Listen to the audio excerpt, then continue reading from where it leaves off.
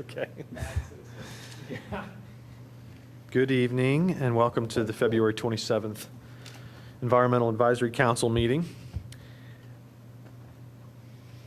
I'd like to start off by getting approval of our minutes from last month in January. Any changes or comments to that? Motion to approve? So moved. Okay. All in favor? Announcements. I have a few, and I'll start off by telling you about the 4th annual Stormwater Workshop entitled Stormwater in the 21st Century being put on by the Lower Merion Conservancy. Thank you, Sally. As well as St. Joseph's University. It's on March 13th, and you can, on their website, which is sju.edu, you can register for it. They have a theme this year addressing the challenges and opportunities for homeowners, watershed organizations, and other institutions related to stormwater management. Learn about the arrival of municipal stormwater fees and how local governments and nonprofits are using social media to manage stormwater runoff in your neighborhood. Imagine using Facebook to manage stormwater. I'm curious how that actually works. In one of our afternoon sessions, Margot Taylor, a landscape architect, will provide a stimulating lecture on how you can design and landscape your own property and make it both beautiful and more efficient at managing stormwater. Registration is free, but is required by tomorrow. So get on the sju.edu. Secondly, the Delaware Valley Regional Planning Commission is partnering with National Association of Regional Councils to bolster regional adoption of solar energy. So I found this on the DVRPC website. I'll summarize it just by saying that the DVRPC is partnering with several councils. I have them here, but they really don't mean much, so I'm not going to rattle them off. But and they are involved in the program called Solar Ready 2, and this is funded by a U.S. Department of Energy Sunshot Initiative Rooftop Solar Challenge 2 grant.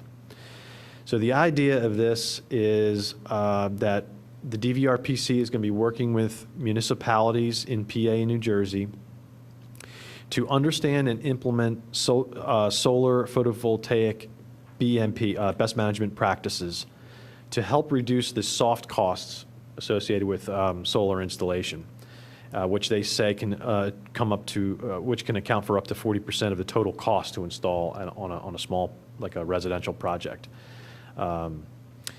So I guess what they're going to try to do is, get together and put together a BMP package or something like that in order to help increase the amount of solar PV systems in the area. So it's not a anything you can attend or anything like that. It's just kind of, I'm just throwing it out there because I think if you ever try to see if solar makes sense for your house, it can be pretty intimidating to find out whether, for instance, what are the regulations in your township, or what are the engineering costs and all that kind of stuff. Is that open to residents, or is it mainly for the municipalities? Well, it is they're going to work with municipalities. It's intended to help the region's residents, businesses, and municipalities save time and money by ensuring a predictable permitting process for installation. There is when I first got on planning, there were 3 different alternative or unusual energy source ordinances that came before us, and as far as I know, are still out there in limbo. And one of them was solar. I remember those. They were a few years ago, right? At least 3, pretty close. 3 or 4 years ago. At least 3. Yeah. And there was a wind one, and there was a solar. And a geothermal. And geothermal? Yeah, was a third. I thought it was micro hydro or something like that. No, I think it was geothermal. Okay. And I could see that a uniform code approach might be better, at least as a starting point, than trying to make it out of whole cloth, which is sort of where we were. And that's before the current staff group was here and things like that, too. So those ordinances were never, Adopted. they were never adopted. Yeah, and I think maybe we should restart with whatever DVR PC is coming up with, but it's a shame that it's out there. Right now, it's sort of more or less unregulated. It's like a dish on your, dish TV or something. It's kind of whatever. Yeah.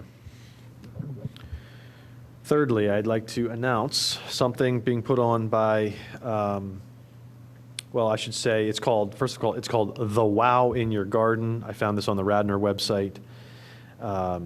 This is a little seminar at the Radnor Library on March 6th. It's a lecture by Michael Petrie, I think is pronounced, who was the winner of Best in Show for Landscape Design at the 2013 Philadelphia Flower Show, and is being co-sponsored by the Community Garden Club at Wayne. I know nothing more about that other than the fact that it is on the Radnor website. And of course, we're the EAC, so I thought maybe gardening would be a little appropriate. Lastly, the 2014 Tri-State Sustainability Symposium is being held. Look at that, I didn't put the date on here, but it is at the Temple Performing Arts Center in Philadelphia. And this was on the Delaware Valley Green Building Council website.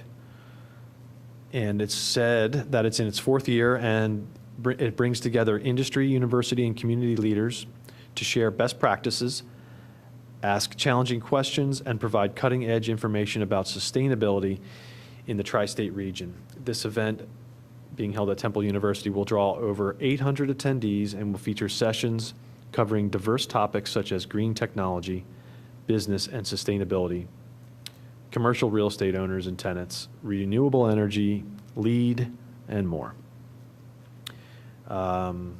Sally, do you happen to know anything about that program as to when that one is?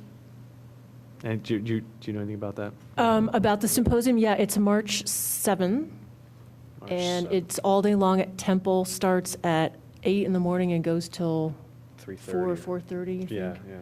So it's big thing with lots and lots of speakers and panels. Thank you. Thank you for filling in my gap. That's all the announcements I have. Anybody have anything you would like to add? Sally? There was one, I don't have it in front of me, although I could look it up on my iPhone, but there was an announcement of an upcoming screening of a 30-minute documentary made by Green Trex going to be held in Philadelphia somewhere in March. I can look up the details, but anybody watching could go to the Green Trex website to find that information. And also on their site is a link to a short film about 3 or 4 minutes that you can watch right on their site, which is actually really interesting about, what do they call it? It's something bump outs, rainwater bump outs or stormwater bump outs or something, some really cool new device that they're doing that's both rainwater management and traffic calming in the same little Yeah, bundle. built into like the curb slash little strip of, garden there. I saw that. Thanks, Sally. Anybody else have any other announcements? No? Okay. Moving along to our work group reports. We'll start off with the Radnor Green Team. The last meeting was the first meeting in a long time, but the Radnor Green Team did meet on February 20th, and both Sally and Sloan were able to attend.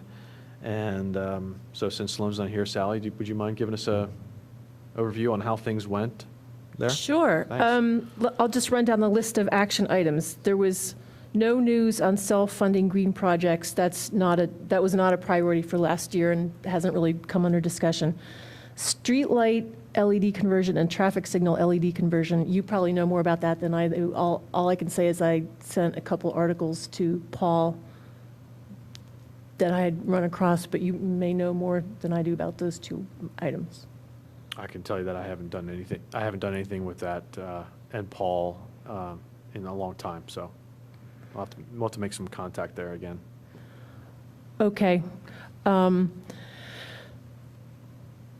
I'm trying to remember specifics of what was said. I know they're working on it, but I don't remember any specifics, really. With the improved household recycling rate, again, was not a priority last year, but we did talk about it briefly. Somebody mentioned that in their township where they live, there are recycle bank incentives that give you things like points that you can redeem for prizes if you recycle in a good way.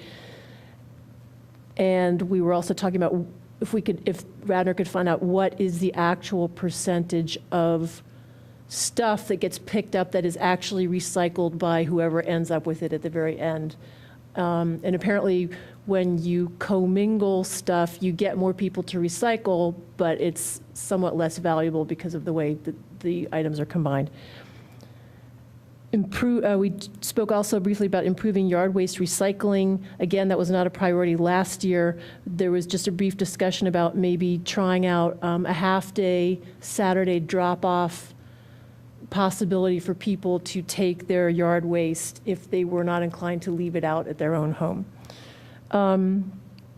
Green power purchasing, we talked about possibly waiting on the whole community energy type scenario because that presentation included basically locking in a rate for at least 1 year, going along with the whole extra amount that we would pay as sort of a block of wind.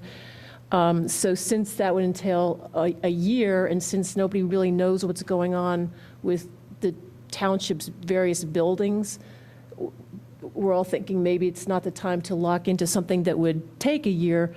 And then there was a little discussion about the possibility of buying blocks of wind. Maybe we could do that a month or 2 or 3 at a time, just sign up for it and then cancel if we wanted to. So hopefully that is something that Ben will look into. Also, there is nobody officially working with Ben as the EAC liaison on green power purchasing. Are you? Okay, great. Okay. So that's a new development, which is good. Tree planting program was also not a big priority for last year, but there is something in the works for that. They're getting free trees for giveaway, so there is a little program that's starting up having to do with that. Building lighting improvements, there were some lights put into the stairwells. I think we talked about that last time. That cost about $2,000. It took about 8 hours for the installation, of course, because they were so high up and hard to get to. We talked about whether the township should consider moving ahead with a proposal for more efficient lights in the police department area and the public works building, but my understanding is there really isn't available funding right now. But to address that, Melissa is going to look into whether there might be any grants available to cover the cost of the upfront purchases. Recommissioning township buildings, sort of same as it's been for months now. We're just in this limbo waiting to see what's going to happen, both with this building and with all the other buildings. It looks like the senior center is not going to be coming in here, so nobody really knows what's going to happen with the upper floor, so they don't want to start doing a lot of recommissioning if they don't know what's going to be end up with what kind of use. Greening of township vehicle fleet. We were told that the township was told they have a max of $18,000 to buy on the vehicle for, I forget who it is that they've been talking about for a few months. Not the manager. Somebody needs a vehicle, but not a heavy-duty vehicle. So Sloan actually suggested, what about looking into a used hybrid, for example, as opposed to a new one, which would cost more. Implementation of energy-efficient IT practices was not a priority last year, and nothing is really being done actively on it, although Bob Hale is sort of got it on the back burner, and we talked about the possibility of replacing computers going forward with Energy Star-rated computers, possibly moving away from having the servers here and doing more on the cloud. The green procurement policy, Melissa mentioned that the township needs to do some training of staff people so that when it comes time to actually buy new things, they're sort of up to speed on what's being asked and how to approach it. And then the final thing was sustainable parks policy, and there was no news on that. So is that the way that the meeting was organized, by just going down through the action items that we created for our greenhouse gas reduction action plan? Yeah, it really was. I mean, that was the organization of it. In fact, at the very end, after some people had left, those of us that were left realized that we hadn't really talked about the library yet. So there was no sort of definitive discussion of that either, other than that the libraries, That they're planning? that there's, well, for one thing, that there may be room for some improvement there, because apparently there have been leaks and things like that, but that, nothing definitive, sorry. So I wanted to ask you something in particular.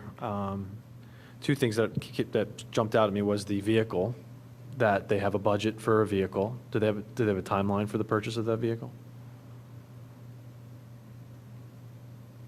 I don't know. I know there's been some stuff about it in some of the meeting notes that I've skimmed over, but I don't recall, and there was no timeline discussed at the Green Team meeting. I think like you said, Sloan was the liaison between the EAC and the Green Team for vehicles, right?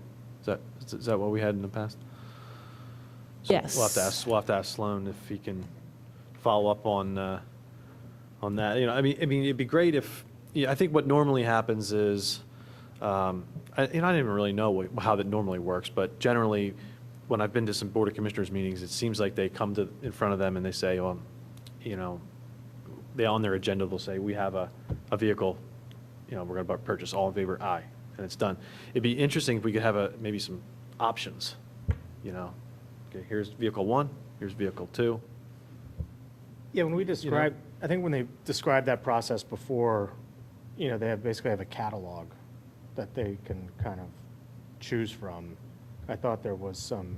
Yeah, Paul Basic mentioned there's some sort of discounted service, I guess, that's specifically for municipalities. So that's sort of where they would normally start. And he initially was thinking, well, you basically can't get anything for $18,000, which is when Sloan said, well, maybe, something used. So I guess that would just go out of the normal buying practice. Yeah. Okay. Something. You would think they could buy it over several years, perhaps. There must be an annual budget. How much does a Segway cost?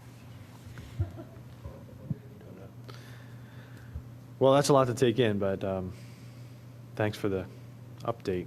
I was going to say something about the green procurement policy. I remember that got finished last year. We helped Melissa, I believe, and Ann, was it, to put together the green procurement policy, and it was great. But it does, like you just said, it needs a training. Everybody needs to understand that it exists, and this is how you use it, and otherwise it's just a piece of paper, So that's a really important one. Josh, do you want me to update here with the meeting with Ben that I had on the green purchasing RFP? On the green purchasing or the power? The power. Power? Yeah. So had a very good meeting, I thought, with Ben. I mean, if he was at the meeting you were at, he's obviously a very nice guy. Met him and Bill, the director of finance. And kind of the main goal going in there is I wanted to make sure they sort of understood. I wanted to try and define what we really wanted to do in terms of supporting them, kind of giving them some extra hands to whether do research or, just provide insight on sort of the green side of everything. And Ben, to his credit, has done what seems like a decent amount of research in terms of investigating rates. What are the going rates for wind power? What are the going rates? Natural gas, I think, was one of the ones he had looked at. And so I wanted to make sure he knew we weren't there just to be like, yeah, just flip over to green, sustainable energy, just do it. And we're there to actually help. And so I think that message was made. A couple, and this may be a repeat for some folks, and I have a couple notes I want to look at. Some things I thought were interesting coming out of the meeting. One, we know this, they can't do anything if it's going to cost more money. So they need to find something that at the end of the day, that's either going to be the same amount or ideally a saver. They manage 28 different accounts with Pico. So they don't have one account that they just pay every month. So there's an account for the streetlights, there's an account for different parks, and I think that's driven from Pico because of all the different locations that they're sending power to. I bring that up because we were curious, and I think this is an action that we should take and I'll take, is there an ability then, if they don't have to go out to RFP for anything, is there an ability to maybe cherry pick a couple of these accounts to convert over to something green and get away from the normal Pico offering? The one thing they are also investigating is that their rate that they pay currently is variable. So they've thought about the idea of going out for RFP simply to seek a locked rate to see what the market would come back with. I thought that was good, because if they did do that, then that could be an opportunity to include some sort of green purchasing there as well. And then the third thing that that got brought up, and I think this is, I don't know if it's pie in the sky, but it's the idea, it's been tossed around of, could we get solar panels on the township building to help offset the cost? This building itself is hands down the biggest consumer of electricity for all the 28 accounts, next to streetlights. And any way to offset the cost here could have an impact. But again, huge upfront cost to get that implemented. That second announcement that you just made kind of piqued my interest. There might be some relevant information there. But I think that would be a whole other separate initiative next to trying to get the electricity coming from a sustainable resource. So I took the action of kind of investigating. I think what we want to do is, we always talk to community energy, but the last point was they're also open to a possible RFI. So he said, Ben said they really don't know what the vision is. Like, what's the ultimate goal? Are we just trying to flip to a green, sustainable energy resource just to do it? And there was kind of a lack of vision on really what they wanted to do. So I thought that was an opportunity we could help them with. And I think the second thing that we could help them out with is, outside of community energy, who's a great partner to the township and does a lot of terrific stuff.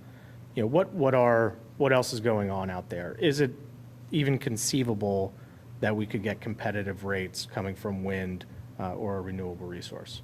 So I think if we do some of that block and tackle stuff and kind of put that in front of Ben, I think we could work with them to actually, either go the route of an RFI to see what other, what vendors could come to the table with. So I thought it was a productive meeting, and they're definitely open to it, and I think we have an opportunity there to really kind of provide information and drive something. What is an RFI as opposed to an RFP? So an RFI would be a request for information. No guarantee of a contract at the end of it. It's basically saying, hey, we as a government are thinking of doing X, Y, and Z. This is what our status quo looks like. We're interested in, moving to all sustainable energy, or we're interested in purchasing 5,000 vehicles. Are we thinking about this correctly? What do vendors offer? And then you put that out there, you try and advertise it, solicit information back. Vendors come back saying, hey, you guys are crazy. No company's ever going to do this. Or, this is what we do with governments in similar situations. So you're soliciting information from the market to be able to get somewhat accurate information on what you want to do. Opposed to an RFP, you want actual proposals with a cost associated with it. RFIs generally deal more with the basic information and not necessarily the cost. We, as you guys probably remember, last year we had extensive conversations about this subject with Ben, and we had community energy come in, and that's kind of like where we left it at the end of last year, where we knew that we wanted to improve our carbon footprint through this process, but we didn't have a goal in mind. And we also acknowledge that every vendor does not offer the same service in terms of same products that have either wind, solar, whatever.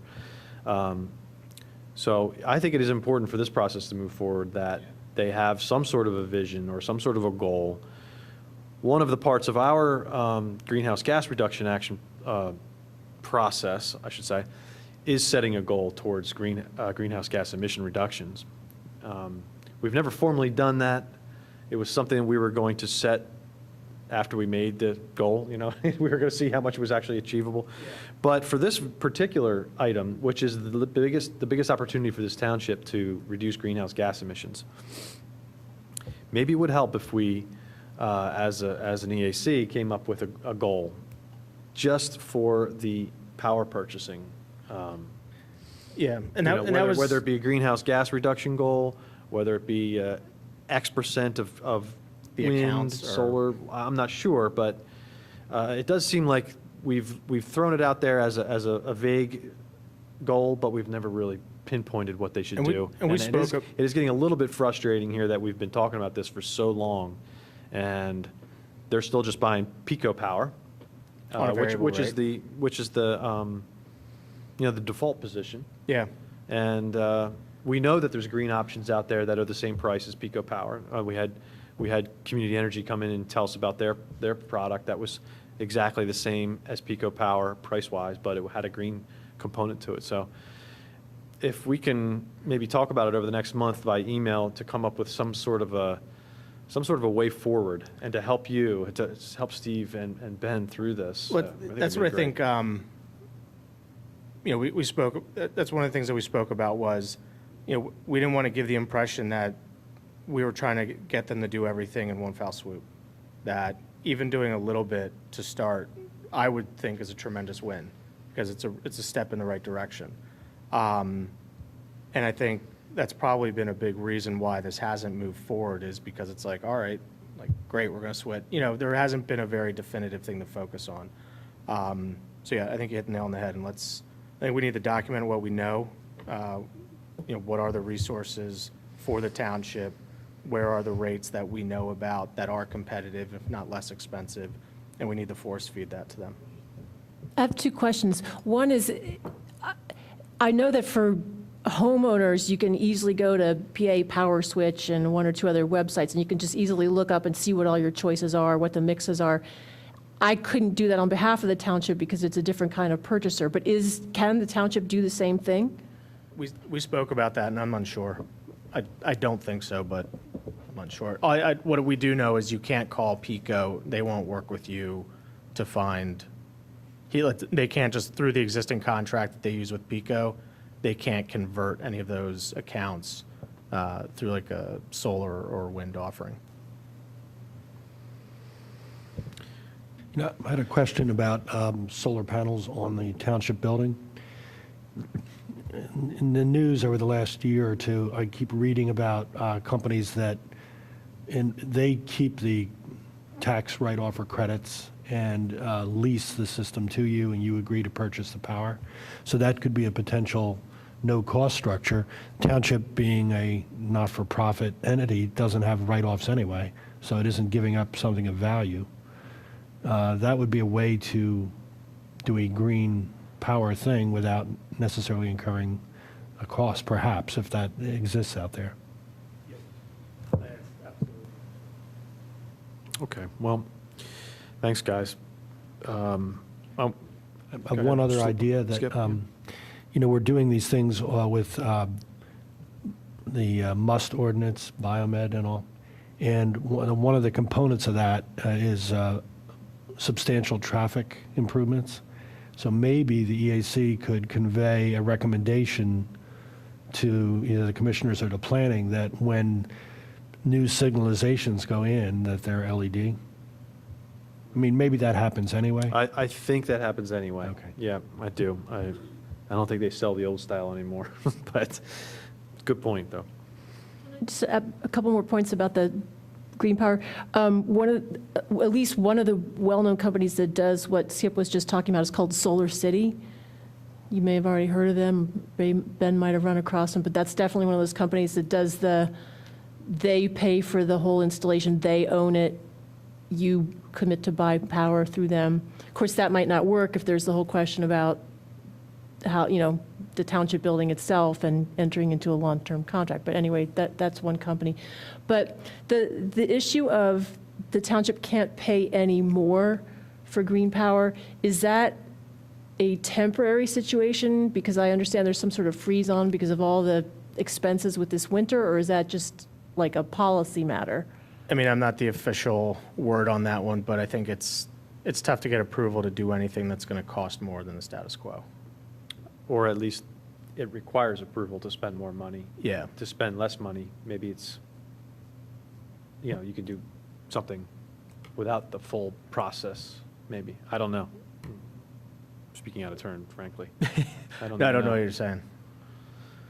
I was just saying, like, you were saying, like, if Pico offered another product that was cheaper than the product they were buying, which Pico does not. Pico Yeah. only has one product. But if they did, I don't think it would be No, it would I don't require think an it- act of Congress to get that done. You could actually just call Pico. They could probably just call Pico and say, okay, we Ben want to could change. do that himself, Yeah, probably. that's what I'm saying. No, I 100% agree with that. But in order, if they said they want to spend, if they spend whatever it is, $50,000 a month on Pico, and they wanted to start spending $58,000 or $65,000 a month because it's now a sustainable resource, that's going to be tough to go up the flagpole with. I'd like to move on, if we can, to another work group. This is actually the sustainability work group. Usually let Sloan give us his water sense tip of the month, and he's not here today, so we'll just move right along to. Well, I want to tell you a little bit about the Audubon Radnor Bird Town. The thing that Ann is working on. She's working on preparing a Wren grant. This is something that Dan helped us with last year that we were unsuccessful with, but she's right now looking for partners to apply for a grant to install demonstration infiltration gardens at the Radnor Township Municipal Building. So they will be rainwater infiltration gardens, but I guess the demonstration part of it means that this is also going to be like an educational type of thing for our constituents. And so as I said, looking for partners right now. She has a bunch lined up already. She has six or seven partners already lined up, looking for more, I believe. I'm not sure when the grant is due, but I think it's pretty soon. I have a question. What's the responsibility of a partner other than, is it moral support or financial support or volunteer support or?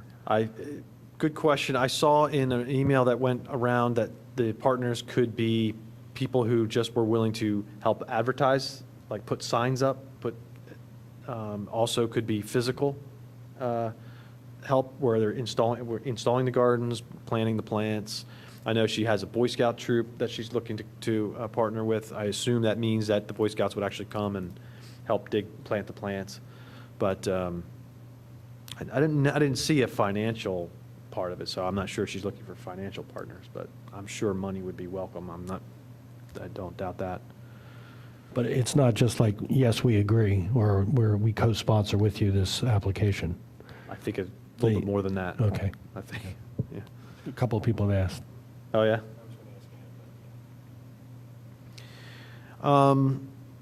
Ann's also usually gives the open space work group report. So I suppose we'll have to wait till next month to get an update on that. And moving along to community environmental education, I can tell you what I know about that, and that's my participation in the Wayne Elementary School's green team. And right now we're planning our Earth Day activities, which are only about, a month away. So as of right now, I think we have some birdhouse painting project that we're working for the kids, and some spring garden, a bird garden cleanup project that we're working on. So that should be early April. Why don't we move along to the liaison reports? Luke, Parks and Rec, you want to go first? Sure. Been a busy month. First thing we did was for the Veterans Park, which was the old St. David's Park, if you all remember, which is right down the street from my house. That is being revamped, and I can email the plans to everyone. basically what they're doing is they're going to set up more of an entranceway along Lancaster Avenue to make the park a little more inviting to everybody from the main thoroughfare. It's going to say Veterans Park, Radnor Township underneath it. They're going to have flags. They're going to have a little memorial. A burning flame is something they want right now. I'll pass this around. It looks pretty good, and in my opinion, me being one of the 10 people who uses the park on an annual basis, I think it's going to be a vast improvement over what they have now. There's a dilapidated water fountain and things of that nature there now. There are chairs and benches that people don't really use, so this will be nice to have a tribute to our veterans right across the street from the Veterans Legion right across the street. So that's going on in Veterans Park. One thing on the Willows, the RFP process there that Conroy was leading has been discontinued, gone, done. They're back to the drawing board. They reached an impasse, and eventually they all just said, we're not getting anywhere here, we're done. So I think if Conroy caves, we'll see them move forward, but as of right now, it's back to the drawing board after all that. So, yeah. The township administration is recommending actually that the mansion be torn down, so we'll see what happens. Township administration. So they would like to see it torn down. Nothing's been determined yet, but that's where it is. So we're back to square one on that one. So we're trying to figure out what to do. They're going to open up a new RFP for everybody, and they're going to have, I think, some more guidelines for everybody to follow as to what they want. So we'll see what happens. So that's in development. We also got the capital plan for the parks in terms of which parks are getting attention, monetarily speaking, anytime soon. Clem Macrone is going to get some major reconstruction to the tune of about $175,000. Comfort Station, things of that nature, kind of reorganize things. The Garrett Hill, I forget the name of the organization now that I'm thinking about it. I forget what they're called. The Garrett Hill organization is running with that, along with Parks and Rec and the administration, and I think so, yeah. I haven't seen the plans yet. They had a preliminary meeting. They haven't done anything definitive yet. So once I get some updates on that, I'll let you know. Enke Park, they're going to move the playground. They're going to move the batting cages away from the marsh area, the wetland area, to kind of where the playground is, and they're going to move it over towards the baseball field. And I have plans for that, if you'd like to see that. And of course, I'll email everything around to everyone, but if you want to see those. Luke, if you don't mind me just quick interjecting, Sure. At the Cowan Park renovation the township did last year, if you recall, was also a comfort station type of improvement. Mm-hmm. And in that, we found a way to incorporate a rain garden. Right. Remember that? And that was kind of like a partnership between the EAC and the Public Works. I'm wondering if maybe there's a way we can, slide that into those projects as well. Yeah, I don't see why not. And that was Something low I'll bring up cost. to them. It was close to no cost, wasn't it? I don't think we had to. We had plants donated. Plants donated? Labor was donated. Volunteer work was donated. Yeah. And dirt. And the Soil, the hard work, the heavy digging was by Public Works. Yeah. Yeah. Okay. Yeah, I'll bring it up to them. I think it's a great idea. Okay. So that's Clem Macrone, and then Enke, they're moving the playground over behind the baseball field, out behind right field. They're going to put some money in Nathan Valley Park, as well as Petrie Park. Not very much, just some slight upgrades or things that need some attention. In that vein, we kind of split the parks up. So we each have 5 or so that we're going to watch on a monthly basis. We tried to gear them to be geographically within, reach of our houses or wherever we may go. I'm right in the 3rd Ward, right off Lancaster Avenue, so I have, the Radnor Activity Center and Veterans Park and Fenimore Woods, because Sloan and I are going to work on cleaning that up. So we're all going to try to get to these parks at least once a month, check them out, make sure everything's okay. If there are any maintenance issues or anything, we're going to bring it up to the township and make sure these things get more attention that they've been getting. So that's kind of what we realize that we're not giving them, they're not getting the attention that they should from the township, in our opinion. So that's kind of way we're going to keep the township updated on how they're doing. The last thing, which ties in with Fenimore Woods Park, they are thinking of putting cell phone towers in 3 parks. One of which is Ithan Valley, up near the Blue Route, if you know where Ithan Valley is. It's in the 2nd ward there, I believe, right up near the Blue Route. They're thinking of putting one there through AT&T. They're thinking of putting one in the Willows, right near Skunk Hollow, where some of those trails go by. And they're thinking of putting one in Fenimore Woods Park. They're going to make them look like trees, apparently. They're going to make them as aesthetically pleasing as possible. It's not set yet, but AT&T is going to come in and talk to us, and we are going to have questions for them. And they think it'll generate about $3 million over the lifetime of the lease, which will be 10 years or so, something like that. It's going to come with a down payment, improvements to the parks that they're putting these things in. So the township the administration is looking at it as a way to generate money for Parks and Rec, which is where all the money would go. The board hasn't made a decision yet either way. We're going to talk to AT&T, see what exactly they want to do, and go from there. I think the Willows Cottage, brought to you by AT&T, Yeah. has a nice ring to it. Do you happen to know the footprint of park you lose for an installation? I can't remember exactly what the square footage was. I know I think it's a circle. They have to put a fence around it and everything. I think I don't know. I don't remember, to be honest. We're going to get the exact numbers from AT&T when they talk to us, which is going to be soon, because I know the administration wants to move on this, and we obviously want to talk to them, make sure that what they're doing is acceptable for everybody, obviously. And they've been holding them off for a while now, so I think AT&T has been conceding. So I think they're going to try to get as much out of them as they can. So that's out there.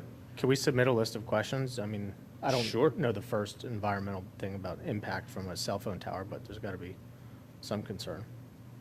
I don't know. Yeah, I'll let you know when the meeting is. If anybody wants to come, by all means, and if you send me questions, I'll be sure to ask them. So nothing set on that, but it's looming, so it's out there. I think, and that's everything those were all the major deals at our last meeting. Again, there's other stuff coming up. At our next meeting, we're going to be talking about, we're going to get a little more into the Ardrossan Trail planning. I went to that meeting on February 11th, where we talked to the National Lands Trust. We're trying to get a grant to put in some cross-country walking trails and things of that nature in Ardrossan, and I have the map for that as well. Actually, I have 2 of them. They're going to put in some trails there. They're also going to, how do I say it? They're going to grant an easement to the Boy Scouts to use the lower right-hand corner for expanding a building that's down there, which I've never seen, but we're going to do a site tour, look at it, and see how far out they want to let the Boy Scouts come based upon the hill that's there. Apparently, there's a hill down in that lower right-hand corner, so we're going to basically grant their easement right around there, cut the trail over, and that'll kind of set where the divide is. I have a question. Is that design available in any way by email? I can scan an email. One of the things that we are doing on open space is looking at trail connections, and Ardrossan came up, and no one had as much information as you have right there. Okay, yeah, I'm going to send it to you. Ann and I would love to, especially. Sure. And the hope is, I think that somehow this ties into the greater network that we're trying to get into, along with Martha Brown's Woods, the current trail over in Wayne there. So they're hoping to bring all that together. So that's where we are on the parks.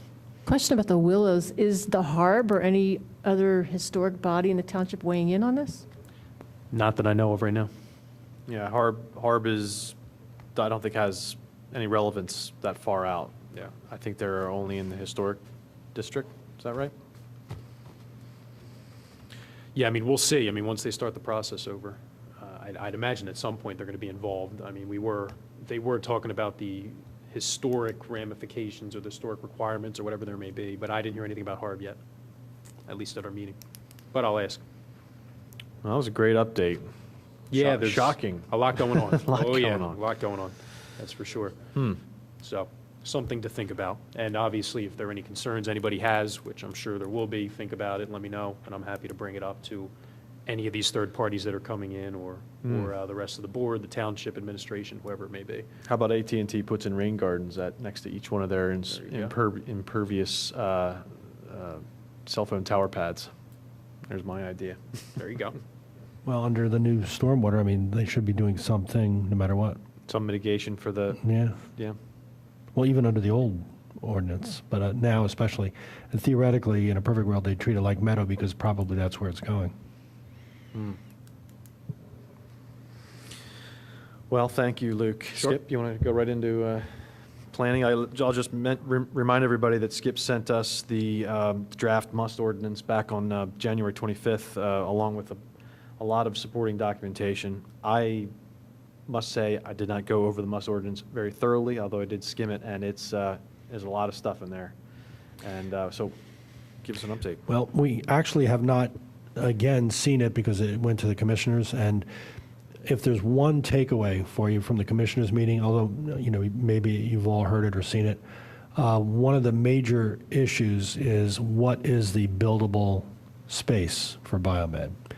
And at the commissioners meeting, one of the points that had come in curiously in a tie vote, because we had a reduced group, we had only, I think, 6 people for our meeting, so we had a 3-3 split on this, and it was a second vote on it, but I'm beating around the bush. The issue is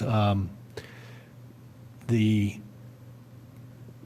part of the lot that Biomed owns, about 7 acres, is in the Blue Route right-of-way. In many other instances in the township ordinances, right-of-way is considered to be part of your lot for purposes of density, setbacks, et cetera. But actually, the commissioners voted, I think, 4-2 to exclude it, which means that it reduces the buildable density on that lot. It's as if the lot were 19 acres or 18 acres now, instead of the 26. So that's a huge thing.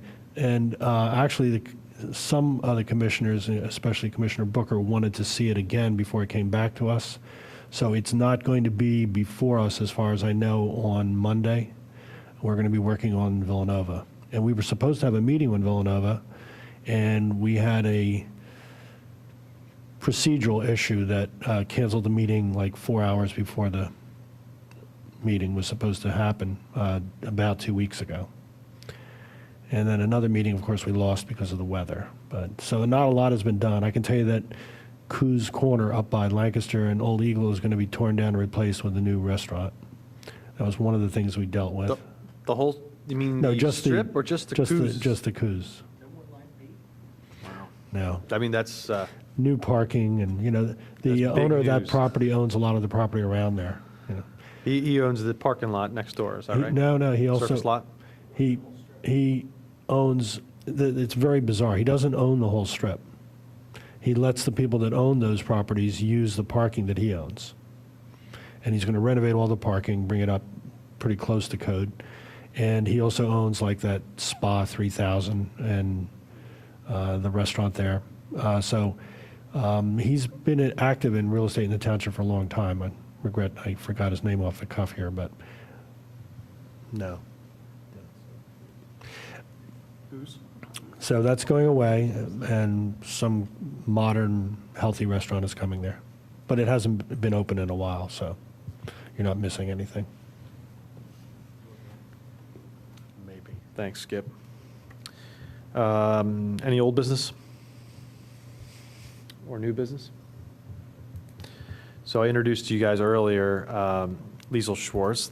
She's the sustainability manager at Villanova University. She represents our only public at this meeting, and thank you for coming, Liesl. You're obviously not required to, but we spoke earlier, and she said she'd be willing to give us a little update on how things are going over at Villanova. Yeah, figure it's the least I can do after not coming for like 9 months. All right, so I started in March of last year, so it's almost been a year, so I kind of wanted to give an update on what we're working on the sustainability side of things. We have a new website, which is fully updated with tons of information, so if you don't get enough from my presentation today, you can go on there and check it out. And if you have any thoughts, please let me know. It's the first time I did a website, so I always appreciate constructive feedback. What's the website It's called? villanova.edu/sustainability. And if you search Villanova Sustainability on Google, it'll pop right up. Or at least my Google page knows that's exactly what I want when I search that. So that's up. We are working on putting together a report on overall campus sustainability efforts. So like buildings have LEED, we have a different rating system. It's called STARS. It's through an organization called ASHE, the Association for the Advancement of Sustainability in Higher Education. It's a national organization, and they've created this rating system. It's very comprehensive. It deals with what you traditionally think of: carbon emissions, energy, water, transportation. It also looks at academic opportunities, and then it goes as deep as diversity, making sure that your employees are satisfied, and you're putting out surveys for that endowment. So it's really quite comprehensive and large and takes a lot of time, but we're almost done with that. So hopefully that'll be out by Earth Day at the latest. I'm not sure how long it takes for them to actually review it, though, so I shouldn't say that. We will have it done by Earth Day. Whether we'll have results by Earth Day is another question. And speaking of Earth Day, we have our own committee at Villanova under the president's name, and we've never done this before, but this year we are going to try to put out a report on what we've been working on over the past year. We have similar subcommittees that work on various aspects of sustainability, so that'll come out for the Villanova community and community at large, so you know what we're working on in that regard. As part of STARS, as our part of the rating system we're working on, it's our first level of creating a comprehensive sustainability plan for the university. We currently have a climate action plan, which refers to basically anything that deals with carbon emissions, but nothing else as far as sustainability goes. So we're working on creating a more comprehensive sustainability planning. We're working with some of our students to put that together, but that'll be at least a year out to get that completely finished, but it'll be full of metrics and deadlines and goals, so I feel your pain in trying to put that together. We have another LEED building on campus. Fedigan Hall has been LEED certified right after the new year. That happened. It's a LEED Gold, and it features a geothermal system, and it's a dormitory on campus. With the students, we're trying to engage the students more. In one area we're looking is the athletes, which has traditionally not been an area we've had a lot of reach in with sustainability. So we're creating an eco-rep team there, and there's different representatives from a number of the teams, and they act as eco-representatives for their team, and they bring back ideas and suggestions for their team, and then also in both ways, so what we decide in the group, they bring back to their team, and what their team decides they want to work on or are concerned about, we bring to the group and try to address. So right now we're working on recycling and hydration stations, which are water bottle stations where you can easily refill a water bottle, but also it's a drinking fountain and ADA accessible, so it's good that way as well. And it counts the bottles, which is always fun statistic to have. I love it when you fill up like a mug of water and it says you just used saved 4 bottles of water or something like that. You ever see those stations? Yeah, no, it's great, and we're tracking that and reporting it to the university. And I should also mention for the first piece for the website, on there is our newsletter. I put together a newsletter every month, so if you want to go back and look at all what we've been doing over the past year, that's all put together there as well. And then the last piece I wanted to address is we have signed, it's not like a piece of paper you sign necessarily, but there's something called the St. Francis Pledge, and it's an effort to try to bring together more of the connections between the Catholic social teaching and sustainability, and how those two really play well with each other and they can support each other. And so the St. Francis Pledge is an acknowledgement that there is this connection, and that we work to live in a world and act and such that we help our neighbors, we help the environment, such as what this Catholic social teaching teaches us. And so we are putting together a signing ceremony for that. It'll happen right before Earth Day, so we can advertise for Earth Day at the event. And Father Peter will be signing that, and will be one of a couple dozen schools in the country that have signed that. I think Georgetown has also signed it as one of the other big schools. And I know a few around here have as well, and I apologize, I don't know them off the top of my head. So yeah, that's about it. And then I wanted to mention, you said something about computer purchasing and Energy Star. There's also ePeat. Okay, so you know, okay, cool, awesome. No, it's another rating system, but it's specifically for computers, monitors, and it's another system. I don't know. I know that one has a huge list of different computers. I'm not sure how vast the list is for Energy Star, and I didn't want you to get stuck because you couldn't find one that you liked in Energy Star. I know ePeats is quite large. So. Well, I thank you very much for No that. problem. That's good to hear what Villanova's up to. I want to ask you about the STARS rating system and the LEED. So why would you go for LEED ratings on your buildings? What you just mentioned, there's a new one. Yeah. That's great. We're all familiar with that system. I don't think many of us are familiar with the STARS rating system. So, but do the buildings get rated with the STAR rating system, or does the campus get? So I only used it as an analogy. So for a firm that works on buildings, LEED is what they use as their rating system. As a university, STARS is what we use to rate the university as a whole. LEED we use within, as part of our sustainability mission to certify specific buildings, but as a whole, Villanova University will be certified under, not certified, Rated. but rated under STARS as a separate entity, yeah. Sorry. I had one stray personal comment. I was part of the first Earth Day at Villanova. Oh, phenomenal. That's great. We had it in the field house, the old field house. Okay. The original field house. And the most famous speaker was Paul Ehrlich, he had a book out called The Population Bomb. And the other phrase that came out of the book was "Stop It Too." So that's a little memory lane for you there. Wonderful. That's great. We're actually adding a service trip component this year to Earth Day, so we're hoping that goes over well. Where does Villanova purchase its electricity from? Do you do any similar? Yeah, so we do the bid system, we do open market, and we bid it out for 2 years. And one thing I will caution you against that is you tend to get much lower electricity prices, and as a result, all renewable energy options are expensive. And so right now, I can't get them to do anything renewable because it's significantly higher than what we are currently paying. So going out to bid, you get companies coming back with traditional electricity at a steeper discount. Exactly. Now, you can put in there that you require a certain amount of renewable energy, and you'll probably get a better price than what you're getting quoted now.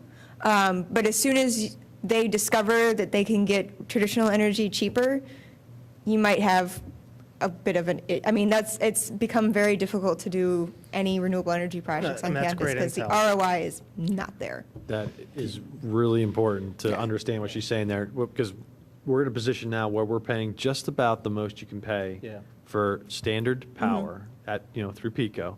So if we were to save 30% by going to some, Midwest coal, whatever, then coming back to green is hard. But going from here to green is not quite as hard. So. Exactly. The one thing you could play potentially is the savings you get from that. You could try to pocket some of that into a green fund of some form. You're jockeying it around where, all right, we'll take the really low cost standard for X accounts and then use it to fund green and have a savings overall compared to what you were paying. All right. You heard earlier that the township has 28 PICO accounts. Do you know how many accounts Villanova has?